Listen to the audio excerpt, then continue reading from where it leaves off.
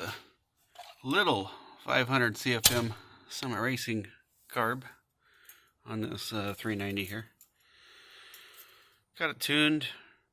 Runs quite a bit stronger than the 600 Holley I had on it, which I did a lot of tuning work to, and it ran really good, but definitely picked up torque below 2,000 RPM and quite a bit more throttle response, which I'd already had really good throttle response with the 600 Holley.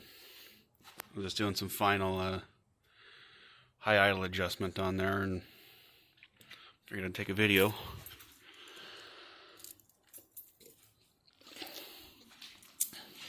Already pumped the gas about 3 times there, cycling the choke action. So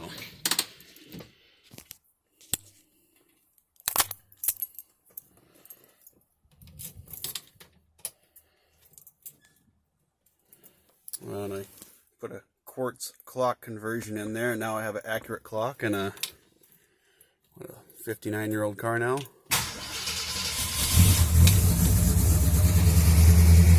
3 pumps is way too much, but